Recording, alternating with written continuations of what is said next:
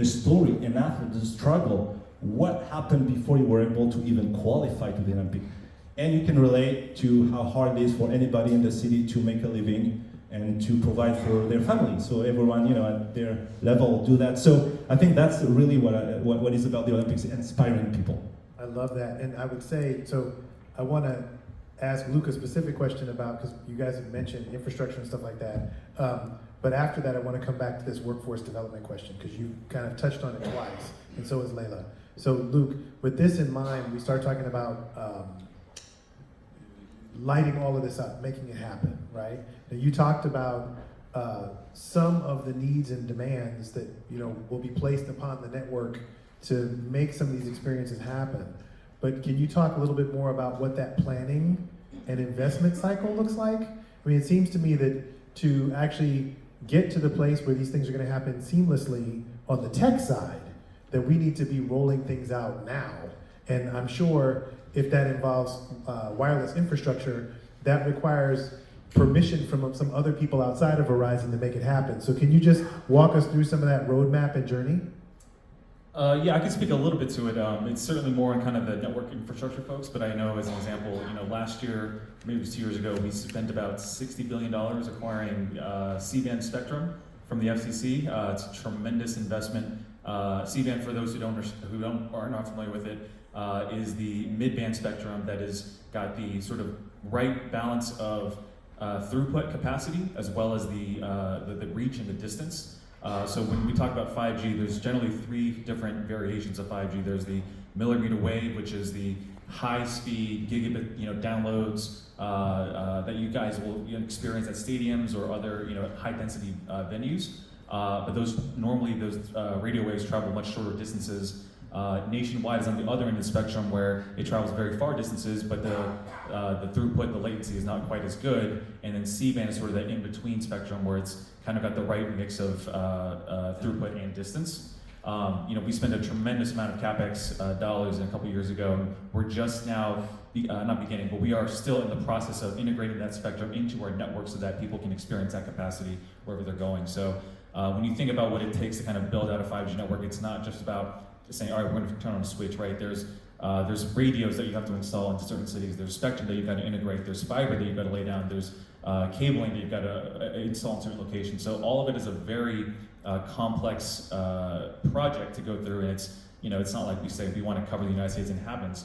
Every state, city, local district has different municipalities that we've got to work with and be a partner to. And that's what's allowed us to be able to kind of roll out our 5G network throughout the country. But there's still more work to be done. And obviously we want to continue to make sure that the capacity and the performance are increasing as more and more people are, I came in with 3 connected devices. I have two phones and a smartwatch on me. So I've got 3 devices on me right now that are interconnected. Even 20 years ago I had 0. So if every person is coming in with 1, 2, 3 connected devices, who knows, maybe someone's going to bring their Apple Vision Pro glasses to the next Super Bowl event. I don't know. Who knows what the future's going to have entail. I'm going to have mine, Yeah, but that you could easily see that scaling up to 4 or 5, and so on and so forth. So last question, speaking of phones, last question on this infrastructure point before we move to talk about workforce development. There's the communications infrastructure and the tech infrastructure, which we've talked about, but there's the infrastructure required to actually move people around the city, as well as other kind of physical infrastructure that we're going to have in the city when we start having these peak global events and lots more people visiting and experiencing at the same time. Layla, maybe you could talk a little bit about what that planning looks like. Yeah, I think with the former mayor, there was a 28 by 28, which was really 28 projects by 28. Not all of them are going to get there, to be honest with you. However, a lot of them are. One of them being the West Side subway that's going all the way to Westwood. And that's going to launch little by little, the Purple Line on 2025, 26, and 27. And by, the hope is that by 28 it's fully built and we can go from Westwood easily through the West Side. So we're excited about that. But in addition to that, the city's really using 2028 as a way to get a lot of things done, right? So other things is like, we have our tourism plan, we have a tourism master plan. We also, and our goal to help build more hotels in the area. We also are trying to expand the convention center as well. So it's really about building capacity and using this moment to really build our infrastructure. In addition to that, we have a lot of, we're investing a lot in things like tree, sidewalk repair, things that people don't think about until it really, then our visitors come. It's really like, we're trying to clean our house, right, before our visitors come. So it's a lot of investment, it's a lot of steps that we're taking right now. Okay. So when we think about all of the investment that we're putting into the stuff, I want to come back and now talk a little bit more about investment in the people. So Dr. Yan laid out some of the opportunities here. This, the Olympics, World Cup, etc. These events are an opportunity to inspire people. There's also an opportunity to reach into communities that aren't always connected and included, and to find ways to get people plugged in, get people skilled up. We talked about that at the enterprise level. We talk about getting businesses ready to compete, bid, connect at the business level. But what about for individuals? Are we thinking about training, talent pipeline, education? What are some of the things that we can do to make sure that the folks who are, seniors in high school today or graduating from college today will be able to fully participate when we get to 2028? Well, I can take that one. Actually, I can share what I know about the Olympics in Paris. The Olympics has a special program that's called Olympic Broadcasting Training, and they actually have currently 10 universities in partnership.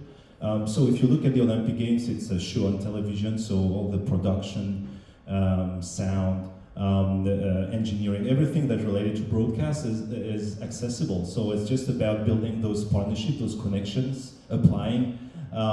There's a lot of things that also we can do in terms of the fan experience, in terms of having students help, support. I mean, volunteering is one thing, but there's definitely skills that can be trained through volunteering, because I always tell students, hey, you need to shadow, you need to go to the LA Galaxy. We have the DH Park on our campus, so we have a lot of projects that we do with the LA Galaxy, our sports team, and we always look at what are the friction points. So if you are working in hospitality, long lines, how do you manage those lines? How do you understand what technology fits into your, can fit into your venue, solve a problem?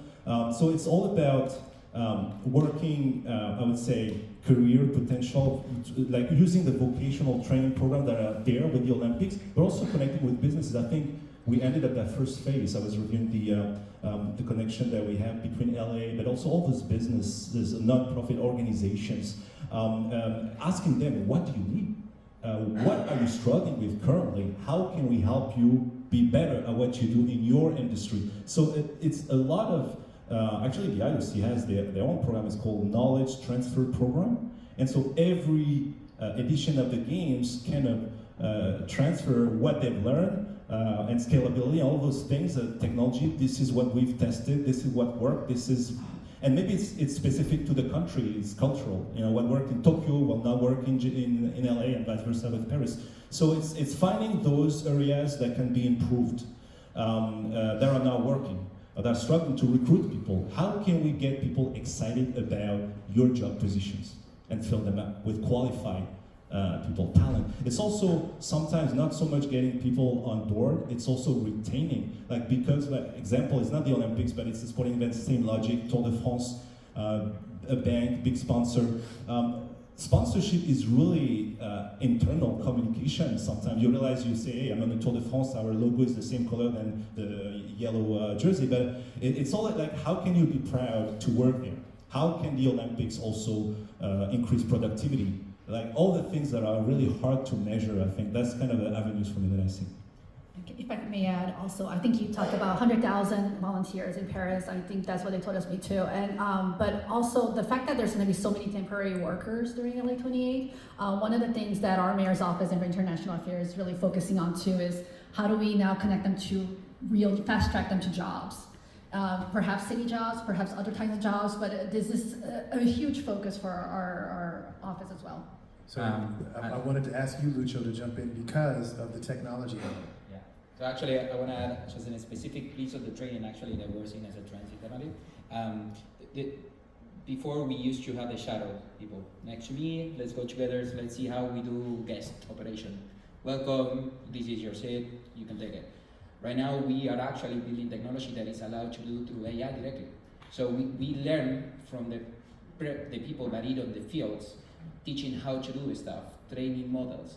And then I put you in front of the AI and I start telling, hey, I'm gonna go there, and then you need to answer where I need to sit. And then the AI is gonna start giving you answers, and then it's evaluating you. So we are speeding up the process Wait. of training. I want you to say that again. So you're saying that what you're working towards is having AI do the training. Training workforce, correctly, yes. So allows you to actually speed up the process. So again, before you need to have a real event to actually start training them. Today, within models, we're going to be allowed to training them even before. But not only for events, not only sport events, it could be any type of events. So we just expose the workforce to start being actually teaching on those. Question, answer. What should I do in this situation? What happens if a user comes to me? Give me a simulation, what I should do. Those kind of things is actually the model that we're going to be doing. AI is not yet there because we don't have the models with the enough data in order to simulate real scenarios. We start capturing them just like recently, the last 3-4 years. Once we get real simulations, we're going to have much better training. We're not going to depend the shadow, and we're going to get much more workforce being quickly training on them. Not only for that sport events, it could be for much more than that. Okay, I saw a couple of people shift in their seats when we said AI doing training. Could you talk a little bit more about how you see AI, data, and tech innovation generally, and kind of its impact as we get closer to the big events, the World Cup and the Olympics? Yeah. So initially, those are one of the principles that we are seeing AI is how we can speed up the process of the workforce and guest operations on doing activities that they don't know how to do it, and cities that they didn't do before. So how they face specific situations and how they reply to that. You mentioned a good case. It's not only for end users, it's presidents coming. So president has a different type of security aspect. It's not the same. President doesn't have a phone. They have actually a person next to it. How me as a guest operation, I can actually not be in on maybe kind of a final end users, maybe actually I can get a guest operation for the president. Those type of models, if you are not exposing them to a shadow person that you need years of training, how you can actually be speeding up the process using AI. President is one. FIFA also have a concept called legends. Legend is very good players that have been there for a while. They have a special treatment. It's not the same that end users that just go sit down there. That is the kind of things where we see technology is speeding up the process. The other piece is everything that is fan experience. How we can give the fan what they want to read or what they want to see in the moment that what they open the phones. And even how we use companion apps around that they can actually help the users. The idea of going into the stadium and no need to put the ticket on a scan, on QR code scan, just go through. You don't need to do anything. Click and go, same question. So even you can click, grab your food and just go outside. We are starting seeing that technology in fields. Is that mature enough today? No, in 2 years it's gonna be. So it's gonna be that mature enough because we're gonna be able to do it. What will be the aspects? I think the whole framework needs to start with whole technology, engineering, governments, entities need to start thinking on is, again, data, how training, who is owning on how data and how that is used in a positive way. I think that is the piece that needs to be properly discussed, which is not today. But those are the main aspects. How I can give the user what he wants in the right moment, and how I can use the same technology to train people behind the scenes, which are going to be the workforce on the guest operation during event times and after the events. Okay. Are you guys more comfortable with that, or do we need to be running away from AI training?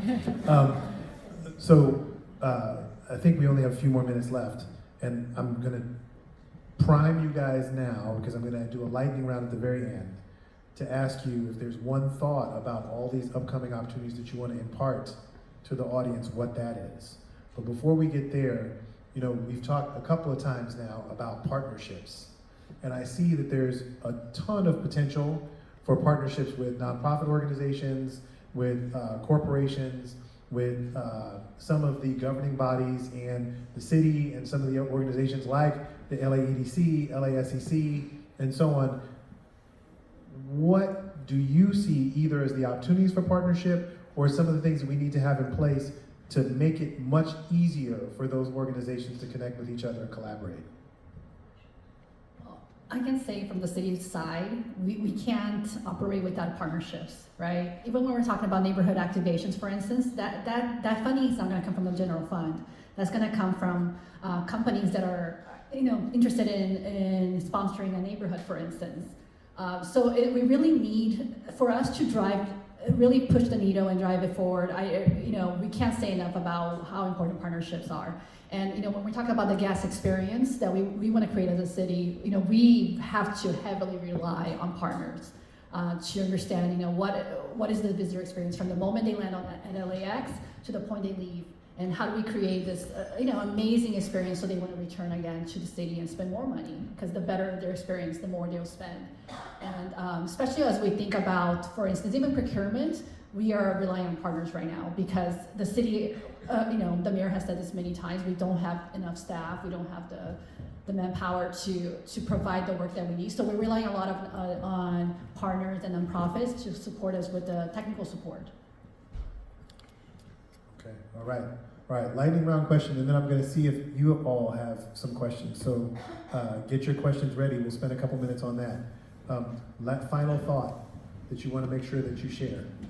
I wanted to compliment what Leila just said. I think just looking at the location of the 4 big parks, Sepulveda, downtown LA, South Bay, Carson, and then Long Beach, it's also understanding the specificities of those locations, and because that's destination marketing. You're basically welcoming the world, and you want to showcase, okay, what the valley is like, Simi Valley. Okay, Simi Valley is not downtown LA, and it's not, South Bay is not Long Beach.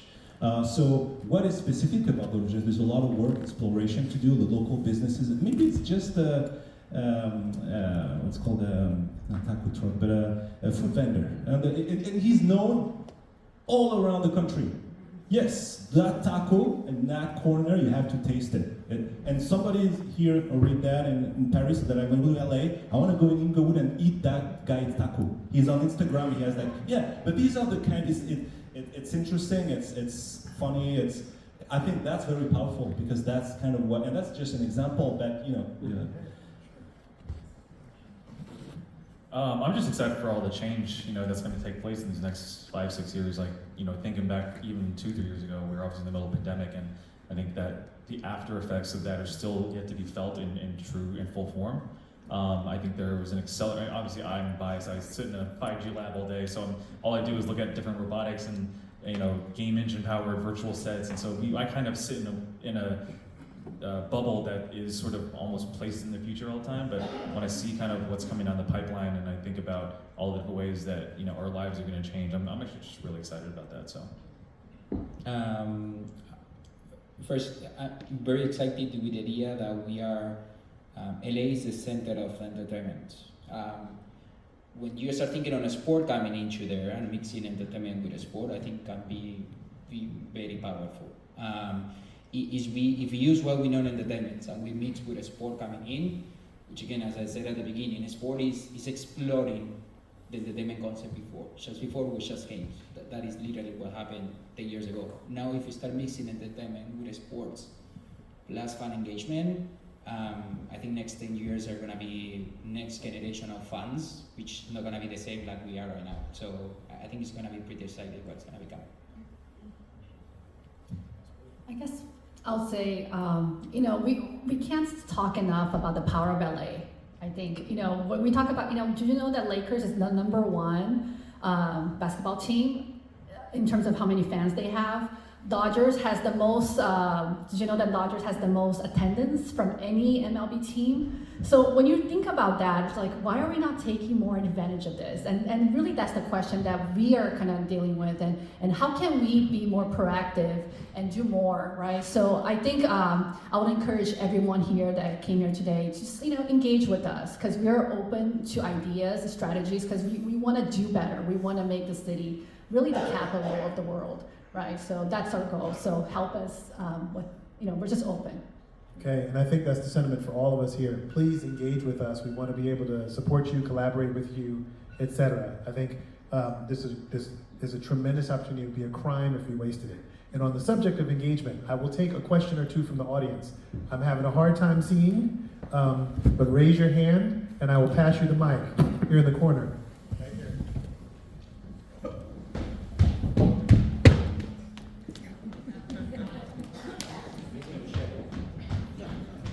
here. Robin Billups with the Billups Group. I want to commend the city for the Biz Connect that happened during the Super Bowl. I had an opportunity to do the kickoff workshop for that event, and that was amazing. If we replicate that, not just for these events, but just on contracts in general, and just fix the RFP process, I think we'll be okay. What's happening?